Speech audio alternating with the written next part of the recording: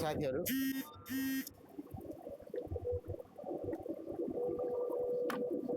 म चाहिँ आज तपाईहरुलाई यो सर्टकट रेकर्ड भइरहेको छ नि सर्टकट 4.2 सफ्टवेयरको बारेमा केही कुराहरू तपाईहरु सामु शेयर गर्दैछु। यो चाहिँ वास्तवमा मैले कुन कुरा शेयर गर्दैछु भन्दै गर्दाखेरि यो यसमा प्राय सबैजना झुकिरहेको सर्भर साथीहरू हुनुहुन्छ। यो चाहिँ एउटा लाइन स्टेक आउट भन्ने चाहिँ जुन एउटा मेथड छ, यसमा अफसेट कसरी गर्ने भन्ने कुरामा कन्फ्युजन छ। यो कुरालाई आज म केही हदसम्म क्लियर गर्ने जमर्को गर्दैछु, ध्यान दिएर हेर्नु होला। करिब करिब यो लाइन स्टेक आउट र क्याटले उस्तै काम गर्छ, एउटै फंक्सन हो।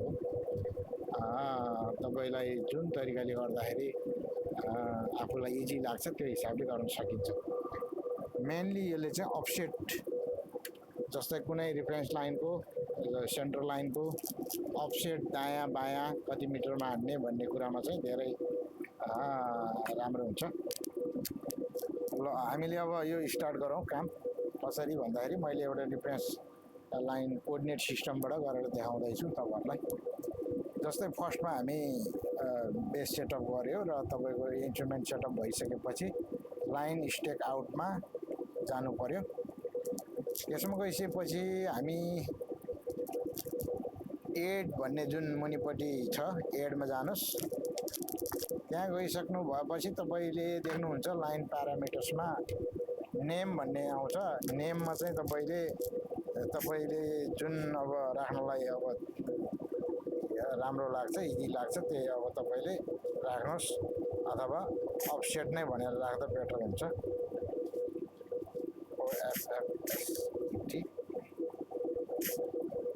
अफसेट भनेर राख्यौं।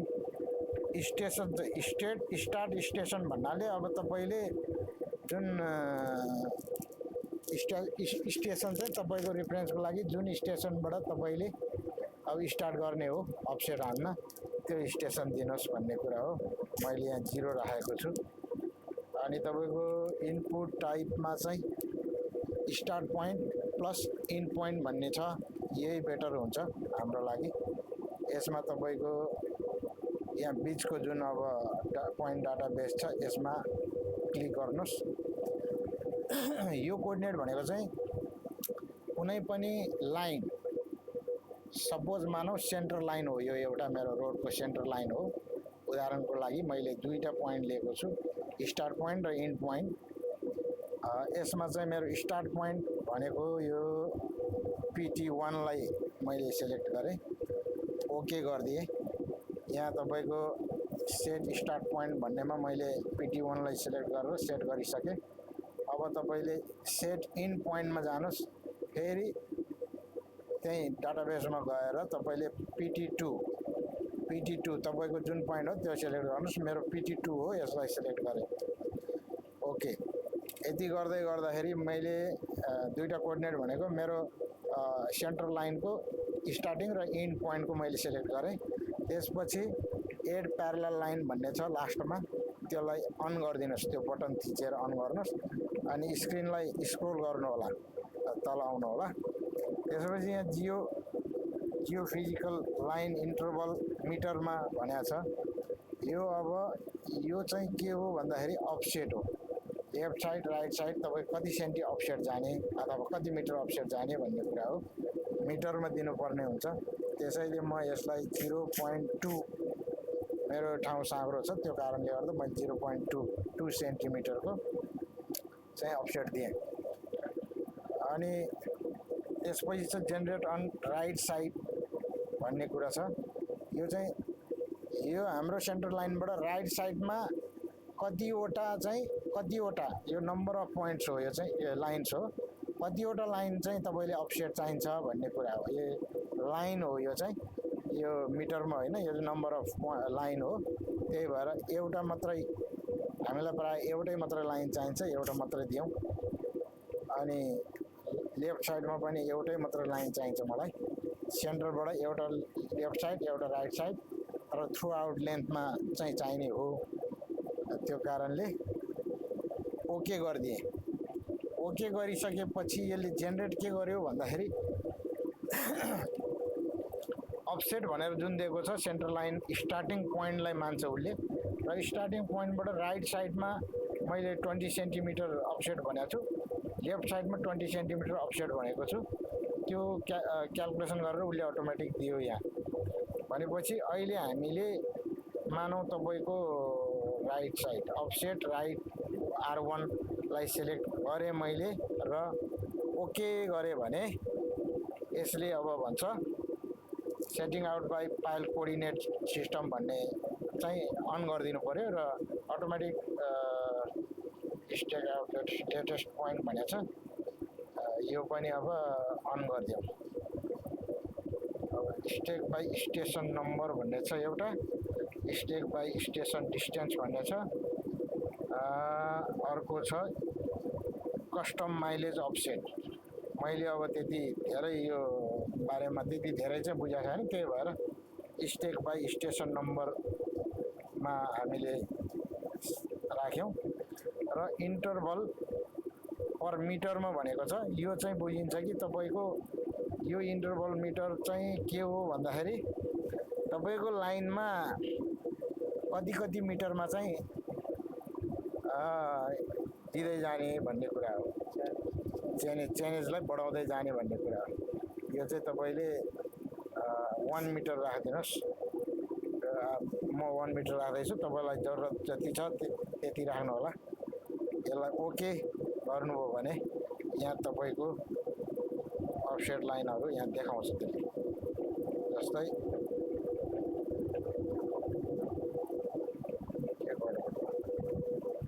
यसमा एक साइडको पुरै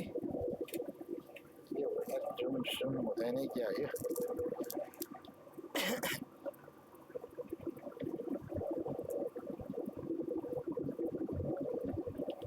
यसले डाइरेक्ट त्यो पोइन्टमा चाहिँ जानु भन्ने कुरा गरिरहेछ। अब स्टेक आउट गर्दाखेरि जस्तै अब यहाँ कति मिटर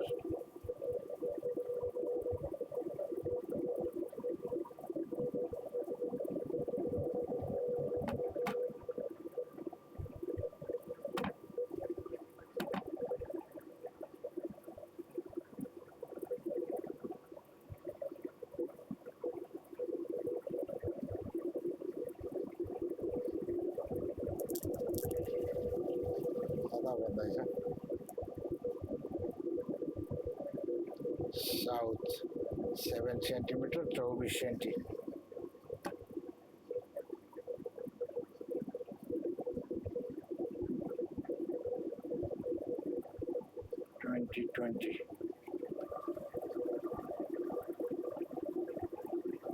नॉर्थ वेस्ट।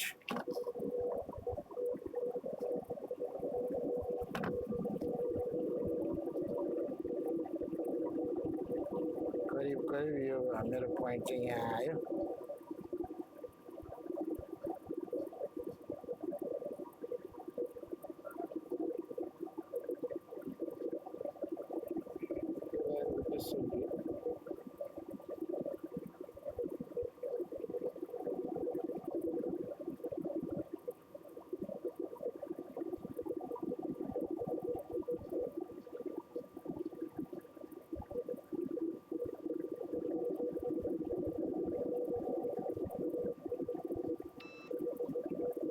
यहाँनिर पोइन्ट आउँदो रहेछ।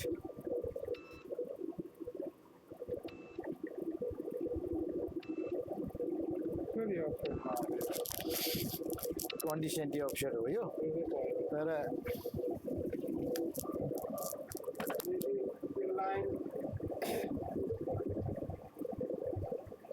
दिएन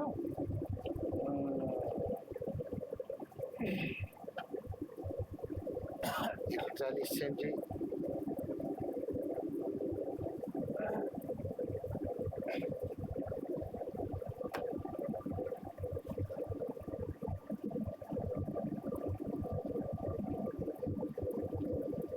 इन्टरभल 1 मिटरको दिएको थियो नि त। 1 मिटर भन्नाले अब तपाईँको मेरो स्टार्टिङ यहाँ छ मेरो स्टार्टिङ तपाईँको के भन्छ स्टार्टिङ मेरो चेनेजी हो यसमा स्टार्टिङ चेनेजी हो गर्दै गर्दै नर्थ मेरो अफसेट 22 सेन्टी मागिरहेछ ओके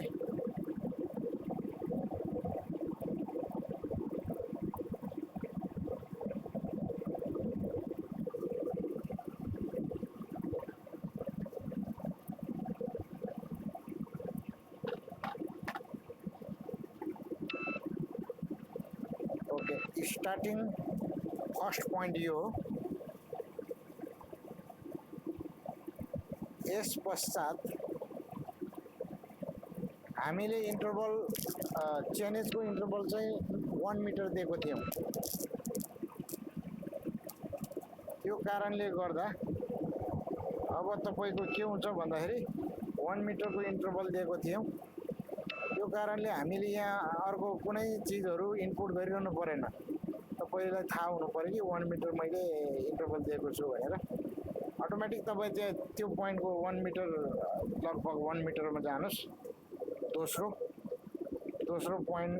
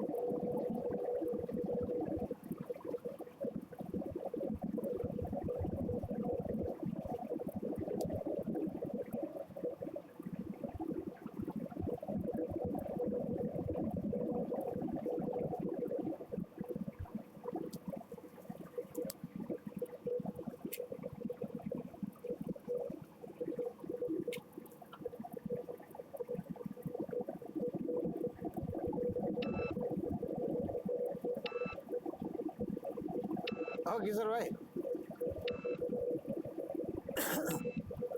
यो 1 मिटर हो यहाँबाट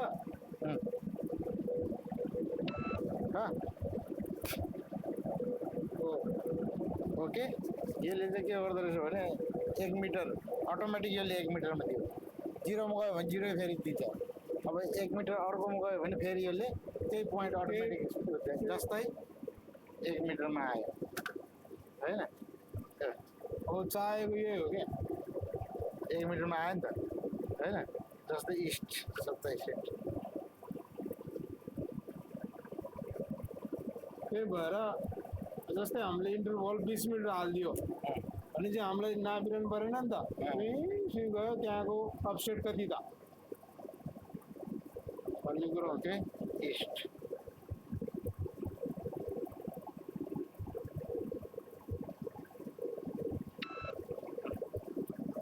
2 मिटर आयो अब 3 मिटर त्यही अपसेटमा गएर त्यही चाइनिज इन्टरभलमा गएर अपसेट चाहिँ जुन दिएको छ त्यही आउने भयो क्या बस 3 मिटर आयो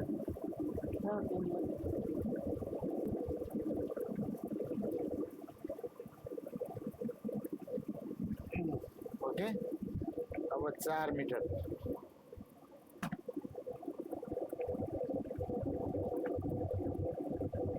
टु ईस्ट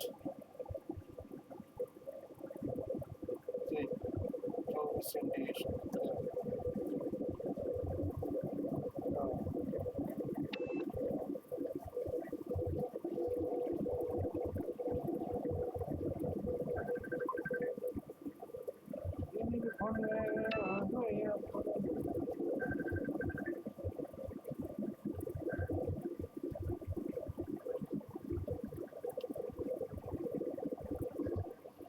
यसरी फेरि 1 मिटर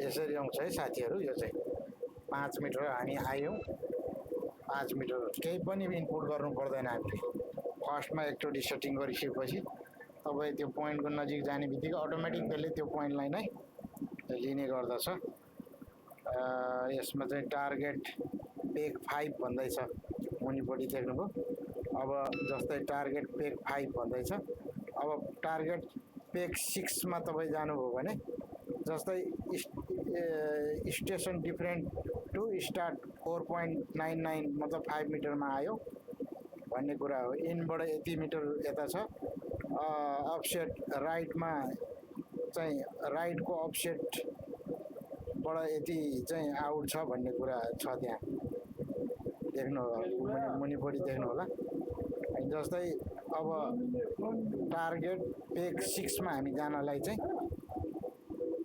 6 अटोमेटिक त्यहाँ चेन्ज हो 6 मिटर 6 मिटर अनि इलिभेसन पनि त्यहाँ साथमा देखाएर हुन्छ अनि तपाईँको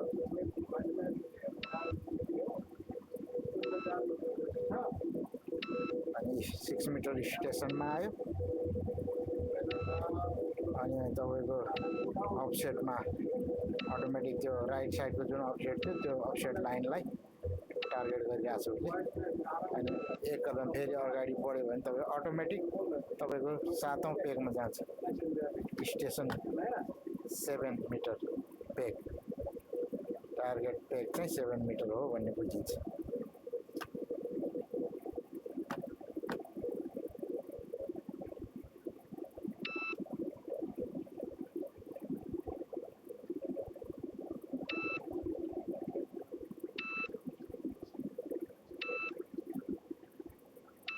यही नै हो साथीहरू एकदम सजिलो छ यो गर्नलाई र तपाईँले अब अर्को चाहिँ अर्को साइटको सिलेक्ट गर्नको लागि डाटाबेसमा जानु पर्यो सेम डाटाबेस भन्दा पनि ब्याक गर्नु पर्ने थियो ब्याकमा जानु पर्यो ओके स्टेट लाइन मैले राइट साइडको सिलेक्ट गरेको थिएँ लेफ्ट साइडको L1 तपाईँले सिलेक्ट गर्नुहुन्छ भनेपछि सेम अघिको जुन थियो त्यही ओके गर्दै गर्दाखेरि तपाईँको यसले के भन्छ भने हाम्रो अहिलेको जुन स्टेसन चाहिँ कहाँ छौँ भन्दाखेरि स्टेसन चाहिँ 7 मै छौँ हामी त्यही ठाउँमा र अफसेट चाहिँ राइट साइड अघि लेफ्ट साइड थियो अहिले राइट साइडबाट 39 सेन्टी छ अफसेट चाहिँ तपाईँको राइट साइडबाट अहिले हामीले राइट साइडमा जानुपर्ने थियो नि त त्यही भएर 41 जस्तै त्यतै जानु पर्यो ओके अफसेट लेफ्ट के अरे लेफ्ट साइड जानु पर्थ्यो left side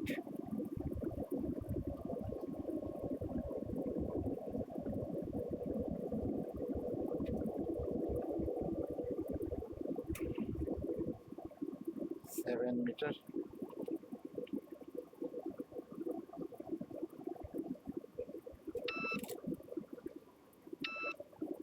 okay offset left साइडको चाहिँ यो पोइन्ट यसरी देख्न सकिन्छ